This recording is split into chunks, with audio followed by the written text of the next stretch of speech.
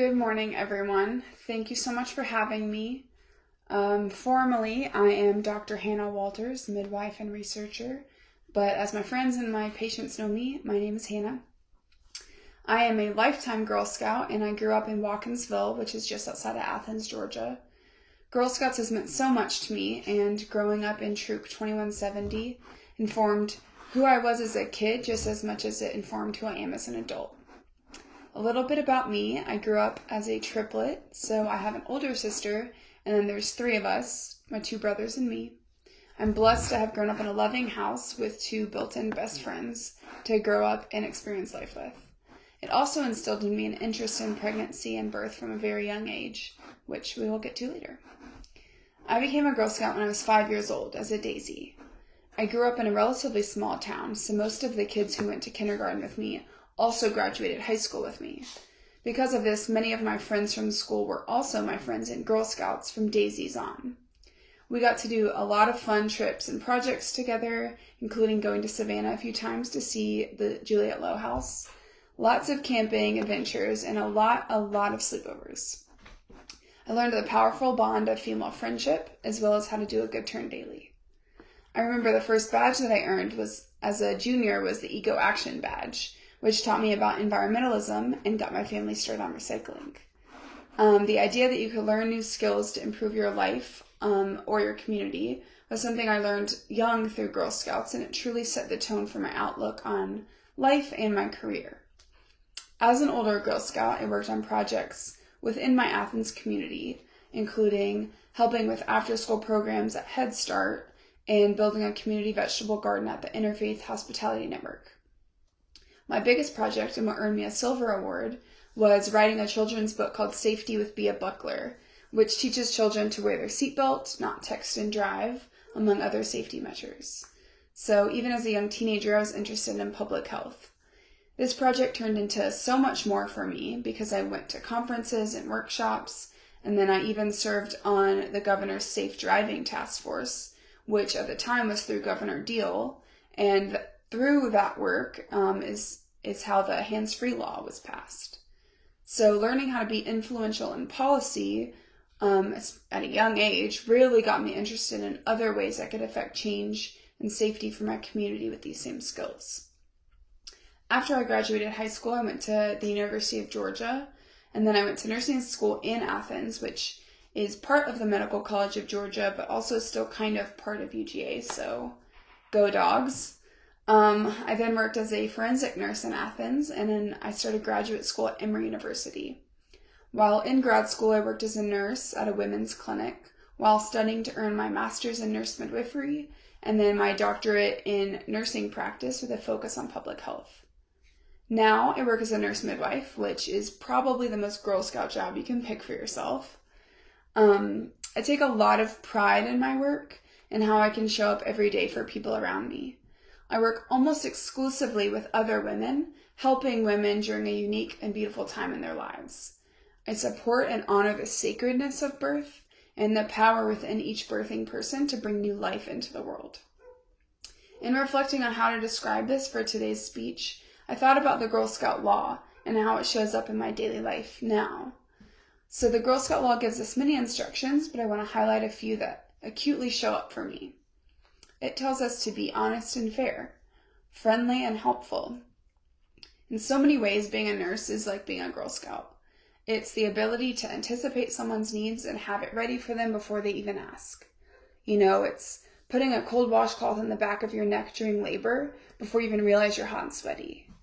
It's having everything for a procedure prepped and ready to go so that when you're nervous, you can just come in, sit down, and we'll get started. You don't have to watch me get all the needles and medicine ready. It teaches us to be considerate and caring. These are the basics of the work that I do. So many of my friends who are nurses and midwives also grew up as Girl Scouts, which I love. Being considerate of people's feelings is so important in building community, but it's also important in individual relationships. I became a nurse because I genuinely want to care for and help people. How I practice is very much informed by compassion and wanting people to feel cared for. It teaches us to be courageous and strong.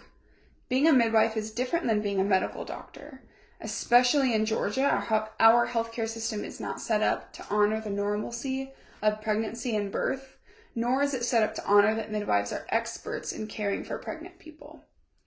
I currently deliver at the Atlanta Birth Center, which means that I work outside of the hospital. I deliver babies at a birth center that's not in a hospital. So most of my patients purposefully seek care in an out-of-hospital setting because of the violence and or racism that they've experienced within the medical system.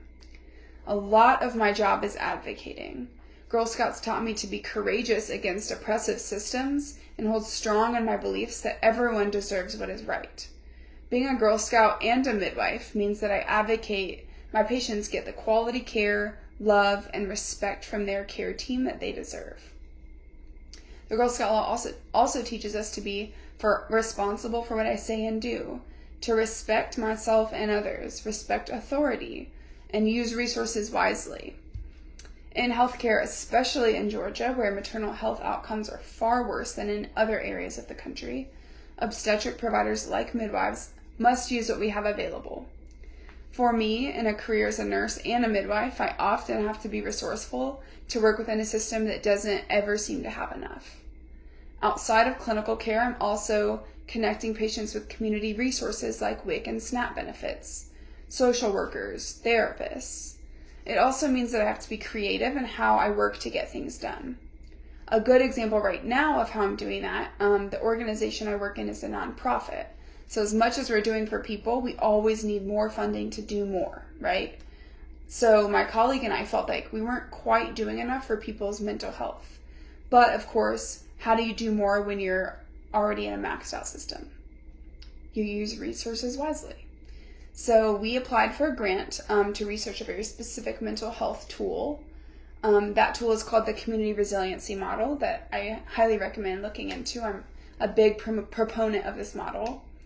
So we got a grant to implement the Community Resiliency Model within the framework of our prenatal care that we already provide. And so if the project proves helpful and successful, then we could qualify for more money to further implement and do more for the mental health resources that we already offer. So this project is amazing and I'm really thankful to be part of it. It's also just really important to me to note that this process is almost identical to the one I learned in Girl Scouts. You know, it's, okay, I see a need in my community. I identify this strategy of how can I fill this need? How does my community want this need met? How can I make it happen? And then, did it work? Can we keep doing this? This process helps us make the world a better place, you know? It helps, which is the help of a Girl Scout or two. And then finally, the Girl Scout law tells us to be a sister to every Girl Scout. I love that this is the last instruction. Be a sister to every Girl Scout. This is the spirit of what it means to be part of this organization. Kind, loving, compassionate, show up for people when it's easy to, show up for people when it's hard to. Women fill this role perfectly because we are strong leaders and we're also compassionate friends at the exact same time. To me, that's how it feels to be a nurse, a midwife, a Girl Scout, all of the ways that I show up. So thank you so much for having me. I hope I've been able to share a little bit about my life and how it's been informed by the lessons of Girl Scouts. I also, of course, want to send my love to Miss Clementi Holder, who I miss. I think of her often, and thank you to her family and her continuing legacy.